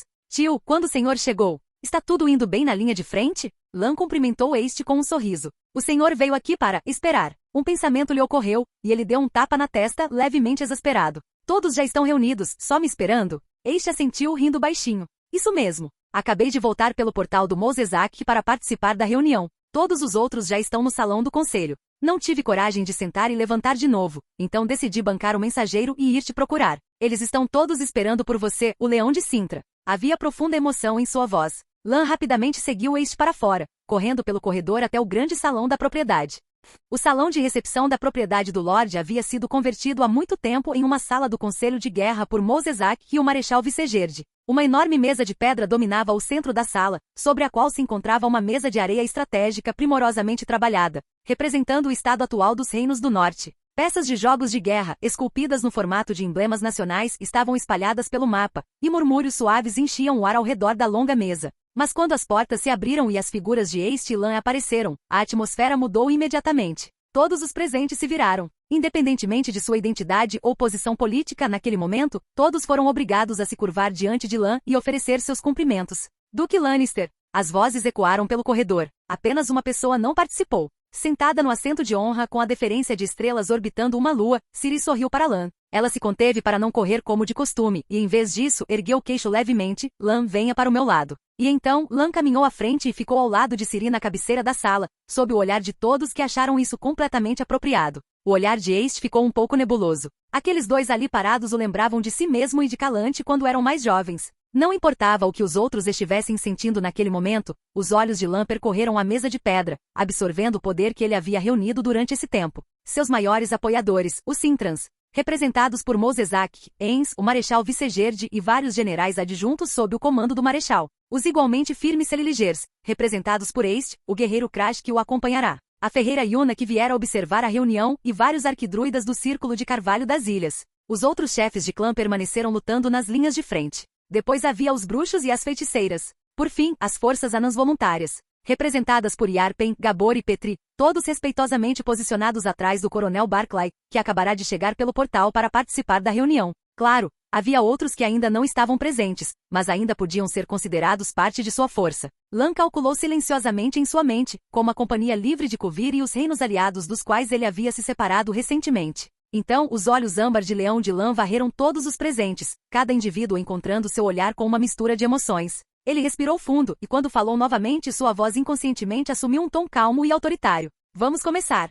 Os dois braços de Ardal Aepidai estavam torcidos atrás das costas em ângulos quase impossíveis. Sua última lembrança clara foi de ter visto o leão de Sintra nos arredores da cidade de Líria. Ele não recuperou a consciência em nenhum momento desde então. A estranha magia exercida pelo leão, combinada com as poções daquele bruxo de olhos âmbar, mantinha sua mente em constante neblina. Nunca em nenhum momento ele conseguirá pensar com clareza. Agora, sem mais poções e sem nenhum feitiço o afetando, a dor retornou com força total, uma agonia implacável que o assolava sem trégua. Uma dupla brutal de guardas blindados, um homem e uma mulher, o puxou para frente, quase deslocando seus braços enquanto o arrastavam. Doeu, mas mesmo assim, o Duque Aepidai sentiu um momento de alívio. Sabia que Sintra agora tinha alguma utilidade para ele, e seu destino logo seria decidido. O que aconteceria em seguida dependeria de sua atuação. Atuar era uma área na qual ele se destacava, um mestre da intriga e da manipulação. Sua mente, muito ociosa, começou a trabalhar em alta velocidade. Mas antes que ele pudesse bolar um plano adequado, os dois guardas o arrastaram para um grande salão, e o jogaram no chão com um arremesso violento. Gemendo, o Duque se esforçou para levantar a cabeça, mas os guardas não lhe deram a liberdade de olhar ao redor. Um deles o agarrou pelo pescoço e obrigou-o a olhar para a frente. E lá, exatamente como ele esperava, estava o leão de Sintra, ao lado daquele que toda Nilfgaard procurava. O próprio leãozinho, Cerilla Fiona Ellen Rhiannon. Capítulo 379. Interrogatório na mesa de guerra. No momento em que Ciri entrou, os olhos do Duque Aepidai brilharam intensamente. Ele estava prestes a falar, mas sua expressão congelou. Apesar de sua vasta experiência com intrigas da corte, até ele quase perdeu o controle de sua compostura facial naquele momento. Primeiro, ele viu os Seliligers, junto com a coroa de ferro no topo da cabeça de Este. Então, ele avistou os anões totalmente blindados, e ninguém menos que Barclay, o gênio militar de Marrakon. Desde quando Sintra havia conquistado a lealdade dessas forças? Quão equivocada estava a avaliação anterior sobre as capacidades militares de Sintra? Ele ouviu o leão de Sintra anunciar. Este é o Duque Ardal Aepidai, comandante supremo do grupo de exércitos do leste de Nilfgaard. Ele é um veterano de 3 reinados imperiais, um nobre de longa tradição. O atual imperador, Elir Var-Emrys, recuperou o trono do usurpador graças à ajuda de homens como ele. Droga! Como o leão sabia de tudo isso? Poderia haver um espião do norte dentro do império? Embora o grupo de exércitos do leste tenha sido derrotado por mim, as informações armazenadas em sua mente ainda são de grande valor para nós. Espero que você se junte a mim para analisá-las. Espera. Derrotado? O grupo de exércitos do leste foi derrotado? Impossível. Mesmo que ele tivesse sido capturado, ainda havia muitos oficiais de alta patente no acampamento que poderiam assumir o comando. Mesmo que as legiões tivessem que operar de forma independente e não conseguissem avançar mais em Aedir, elas poderiam, no mínimo, mergulhar toda Líria no caos total. Mesmo já tendo ouvido você dizer isso antes, ainda tenho que me maravilhar mais uma vez. Mas Lan, o que você fez foi arriscado demais. Você é um duque agora. Enquanto Lan falava, o olhar de todos se voltou para o Duque Aepidai como se estivessem observando um macaco brincando com ele. O que perturbou o Duque foi que, com exceção de alguns anões que ainda pareciam incrédulos, a maioria dos outros, ao ouvir como o leão o havia capturado, pareceu não apenas surpresa, mas como se isso fosse completamente esperado. O que isso significava? Bem, então vamos continuar. Lan avançou em direção ao Duque Aepidai. As grevas de aço de sua armadura atingiram o chão com um pesado clang, clang. Cada passo fazia o coração do Duque disparar violentamente no peito. Ele não conseguia mais pensar. Seu corpo tremia incontrolavelmente, a dignidade se esvaindo a cada tremor. Em meio ao turbilhão de seus pensamentos, ele viu uma mão se estender diante de seus olhos, brilhando com uma luz familiar. Diga-me tudo o que você sabe, Duque Aepidai. A rigor, a primeira guerra de invasão de Nilfgaard contra o norte não foi exatamente um fracasso. Naquela época, o Império havia marchado sobre Sintra com o objetivo de usá-la como porta de entrada para os reinos do norte, estabelecendo uma ampla rota de transporte pela qual centenas de milhares de tropas nilfgaardianas pudessem ser mobilizadas para o norte. Ao mesmo tempo, Sintra se tornaria uma base firme, um bastião avançado, o reino de Sintra transformado na província de Sintra, conferindo assim ao Império iniciativa estratégica em todas as campanhas futuras. Além dessa estratégia abrangente, o imperador Enlir tinha sua própria ambição secreta, uma que ele nunca compartilhou com ninguém: resgatar sua filha, a princesa Cirila, e trazer o sangue ancião que dizem possuir o poder de conquistar o mundo, totalmente para a linhagem real nilfgaardiana. Agora, embora a resistência obstinada das tropas e civis restantes tenha impedido a queda total de Sintra, o território ainda sob controle de Sintra representava menos de 1/3, ou talvez apenas 1/4, de seu tamanho anterior. As regiões agora ocupadas por Nilfgaard eram mais do que suficientes para servir como corredores para a movimentação de tropas. Sintra, como um todo, outrora oferecerá a Nilfgaard uma grande avenida.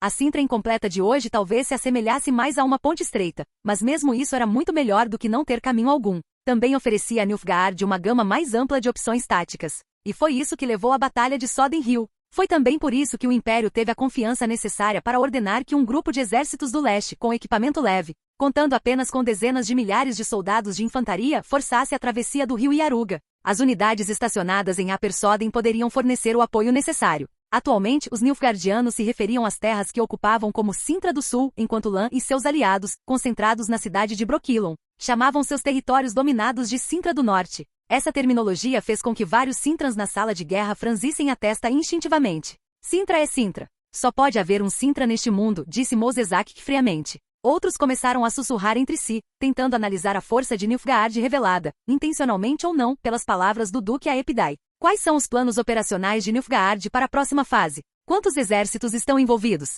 Qual é a contagem de tropas, composição e comandantes? O que você sabe? Lan intensificou sua produção mágica, na esperança de extrair ainda mais informações sobre o inimigo. O Duque Aepidai, agora atordoado, continuou a revelar o que só poderia ser descrito como segredos militares de alto nível. O exército imperial está atualmente dividido em 3 frentes: o grupo de exércitos ocidental, o grupo de exércitos central e o grupo de exércitos oriental, disse ele. O grupo de exércitos do leste, liderado pelo próprio Duque Aepidai, era composto principalmente pelo corpo de infantaria do Exército Negro, totalizando 60.000 soldados. Acompanhados por um destacamento de magos, eles usaram magia para congelar brevemente o rio Yaruga, abandonando as linhas de suprimentos padrão para lançar um ataque rápido a Liria. O plano original era viver da terra enquanto descansavam em Liria antes de seguir para o norte para anexar Liria e Aedir, avançando em direção ao Vale do Pontar para fornecer cobertura de flanco direito para o principal grupo de exército central. O grupo de exércitos ocidental estava sob o comando do Duque Joaquim de Vette. Com 30.000 homens, era composto principalmente por cavalaria leve e infantaria. Sua missão era consolidar os ganhos em Sintra e proteger as linhas de suprimentos do Império. Assim que a guerra eclodisse, eles avançariam para o norte para capturar as partes restantes de Sintra, bem como os reinos menores de Verden e Bruges, ao mesmo tempo em que forneciam cobertura de flanco esquerdo para o exército central. A força principal era o grupo de exército central, comandado pelo marechal do exército de Nilfgaard, Menno Coeorn. Suas unidades principais incluíam a 4ª Legião de Cavalaria e a 3ª Legião, uma força combinada de infantaria e cavalaria pesada. Essas legiões estavam atualmente estacionadas em Upper Soden, com quase 50.000 soldados já mobilizados. Embora a força total do exército ultrapassasse 100.000 homens, o marechal Menno havia optado por deixar para trás a maior parte da infantaria para ganhar tempo, marchando através de Sintra do Sul. Sua logística agora era totalmente apoiada pela guarnição estacionada em Upper Soden após a Batalha de Soden Hill, juntamente com o grupo de exércitos ocidental. O objetivo do exército central era lançar um ataque relâmpago a Soden e abrir caminho para o norte. De lá, lançariam um ataque agressivo a Temeria, com o objetivo de tomar todas as principais cidades portuárias do norte, incluindo Vizima e Maribor, em meio mês. Simultaneamente atacariam Novigrad para interromper as principais rotas comerciais e de transporte do norte. Uma vez alcançados esses objetivos, eles avançariam para o Vale do Pontar, onde as fronteiras dos 4 principais reinos do norte convergiam. Lá, assumiriam o controle da seção mais estreita do canal Yaruga e se uniriam ao grupo de exércitos do leste. Enquanto o Duque Aepidai prosseguia com seu monólogo detalhado, um dos oficiais trazido pelo Marechal Vicegerd caminhou até a mesa de guerra de pedra. Começou a organizar peças de xadrez gravadas com sóis negros para refletir as contagens de tropas mencionadas, posicionando-as entre Sintra, Alto Soden e Líria. Outro oficial de cabelos castanhos pegou um punhado de areia tingida e começou a delinear as rotas de marcha dos Nilfgaardianos. Os olhares de todos seguiram as linhas traçadas no mapa, convergindo para o objetivo final de Nilfgaard. O Vale do Pontar, antigo local da Conferência do Norte, era amplamente considerado o coração do Norte. Se caísse nas mãos do Império, os 4 grandes reinos do Norte ficariam essencialmente expostos e vulneráveis. Todas as vantagens geográficas restantes seriam perdidas. Infelizmente para Nilfgaard, os planos eram grandiosos, mas a realidade era dura. O grupo de exércitos do leste já havia sido dizimado por Lan, em cooperação com o Reino Unido de Líria e Rívia e o Reino de Aedir. Embora esse exército ainda pudesse desempenhar um papel de curto prazo na contenção desses 2 reinos, avançar mais para o norte estava fora de questão. Solicitar reforços poderia até mesmo fazer com que fossem desprezados pelo Marechal Meno. Então, em resumo, nosso principal oponente neste momento é o grupo de exércitos ocidental estacionado em Sintra, 30.000 soldados. Mas se os atacarmos, não podemos ignorar os quase 50.000 cavaleiros estacionados em Apersoden. Isso totaliza 80.000 soldados. As expressões de todos eram sombrias. Lan, qual era a situação no leste quando você voltou? Lan pensou por um momento. O grupo de exércitos do leste foi derrotado em uma única batalha decisiva. De 60.000 soldados, talvez 20.000 ainda estejam vivos. Mas as forças de Maeve sofreram um golpe devastador logo no início. Dos 15.000 soldados do Reino Unido, talvez reste apenas metade. Mas a boa notícia é que Aedir agora está totalmente comprometido com a guerra. Eles não haviam contribuído muito antes e na primeira onda de combate, perderam apenas cerca de 4.000 soldados. Se calcularmos com base em seu efetivo máximo de 40.000 homens, assim que o grupo de exércitos do leste for completamente derrotado e eles deixarem para trás forças para a defesa da pátria, ainda deverão ser capazes de mobilizar cerca de 20.000 soldados para nos apoiar nas próximas batalhas. Isso nos dá entre 25.000 e 28.000 soldados para coordenar conosco um ataque em Pinsen e Apersoden. O oficial de cabelos negros varreu 1/3 das fichas de sol negro de Liria sobre a mesa de areia. Depois adicionou algumas peças angulares de águia representando o Reino Unido e um grande número de peças de rosa tricolores para Aedir. Vista dessa perspectiva, a frente oriental finalmente detinha uma vantagem numérica. E como estariam perseguindo o inimigo derrotado, as perdas seriam mínimas, permitindo-lhes preservar grande parte de sua força de combate após a batalha. Agora vamos para o nosso lado, a frente ocidental, disse o Marechal Vicegerde, coçando a barba. Atualmente temos 5.000 soldados sintranos. Destes, 3.000 são da cavalaria, soldados de elite que eu pessoalmente reuni entre nossos vassalos durante a campanha do norte. Eles continuaram treinando enquanto esperávamos em Bruges. Os outros 2.000 são de infantaria. O treinamento deles não é longo, mas já estão muito acima da média dos recrutas. Em qualquer reino menor, eles se qualificariam como guardas reais. A maioria dos pequenos reinos não consegue sequer reunir 2.000 recrutas, brincou Lan, sinalizando para que o oficial de cabelos negros colocasse várias cabeças de leão no norte de Sintra. Capítulo 380. Sintra ressurgirá. Leto e Vesemir trocaram olhares. Por fim, o velho bruxo riu baixinho e gesticulou para que Leto se aproximasse. Formamos uma unidade de guerrilha com 1.000 desses novos recrutas. Nossa missão é assediar as linhas de suprimentos de Nilfgaard, disse o líder da Escola da Víbora, apontando para vários locais no mapa. Aqui, aqui e aqui. Cada um desses locais marcava terrenos complexos, colinas, florestas e obstáculos semelhantes. Cada vez que Leto apontava, o oficial de cabelos negros posicionava uma peça de cabeça de leão correspondente. Em seguida veio Waste representando Celilige. O oficial de cabelos negros, reconhecendo-o como um veterano da era da Rainha Calante, imediatamente se curvou, já segurando um punhado de fichas de guerra em forma de dracar. Celilige enviou 7.000 guerreiros. O número não era particularmente grande, Celilige, afinal, era um arquipélago esparso. Mas aqueles que vieram eram guerreiros experientes do mar, combatentes de elite. Estamos nos dividindo em 2 grupos. Um está atacando as forças imperiais ao longo da costa oeste de Sintra. O outro está navegando pelo Yaruga para entrar diretamente no campo de batalha continental. O oficial de cabelos negros rapidamente colocou as fichas Dracar nos locais que este havia indicado. Também temos 3.000 soldados da Companhia Livre de Kovir vindo do norte. Eles chegarão em alguns dias, acrescentou Mosezak. O oficial retirou várias fichas em forma de braço de ferro metálico, emblema da família real Kovir, e as colocou nos mares do norte acima de Sintra. E finalmente temos nós. Podemos reunir cerca de 5.000 soldados da infantaria pesada de Marracão, contando os rapazes mais jovens, disse Barclay, dando um passo à frente e apontando para Marracão. Levaremos muito tempo para chegar aqui? Algum dos seus corpos de magos tem capacidade de abrir portais? Ou devemos simplesmente esperar em Soden pelo grande confronto? Quando a batalha terminar, podemos nos dividir em 2 grupos. Os que eu trouxe comigo retornarão pelo mesmo caminho que viemos.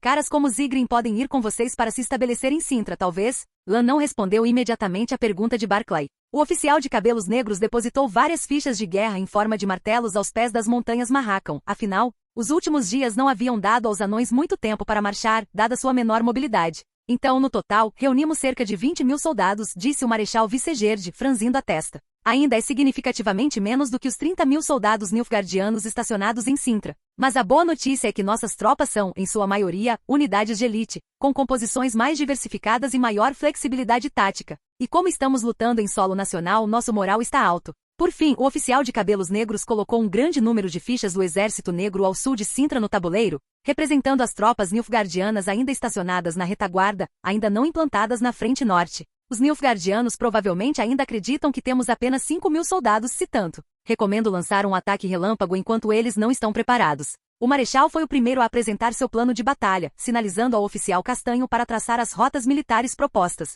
Depois de expulsarmos os sulistas de Sintra, a cavalaria estacionada em Lower Soden ficará isolada. Soden é um terreno montanhoso. Se marcharmos por Bruges e atacarmos a Persodem por cima, estaremos defendendo o terreno elevado. A cavalaria deles perderá a vantagem, e suas armaduras pesadas só servirão para derrubá-los. Ou melhor ainda, talvez nem precisemos mobilizar nossas próprias forças. Poderíamos escrever diretamente ao rei Foltestelteltestol de Temeria. Se ele descobrir que os nilfgaardianos têm um plano de batalha detalhado e que seu reino é o próximo alvo, certamente enviará tropas para nos ajudar. Então nós, junto com os aedirnianos, os lirianos e os rivianos, cercaremos aqueles bastardos vestidos de preto e os jogaremos direto no rio Iaruga. O Marechal Vicegerd rangeu os dentes enquanto falava. Depois desta batalha, com todas as perdas que sofreram, os nilfgaardianos não terão coragem de marchar para o norte novamente. Quanto à forma como pretendiam derrotar o grupo de exércitos ocidental com 30.000 homens em Sintra com apenas 20.000 soldados, ninguém manifestou a menor dúvida. Apenas Barclay, que acabará de chegar de Marrakech, olhou ao redor, perplexo, inicialmente com uma expressão cética. Mas logo percebeu que a surpresa o destacava como um polegar machucado.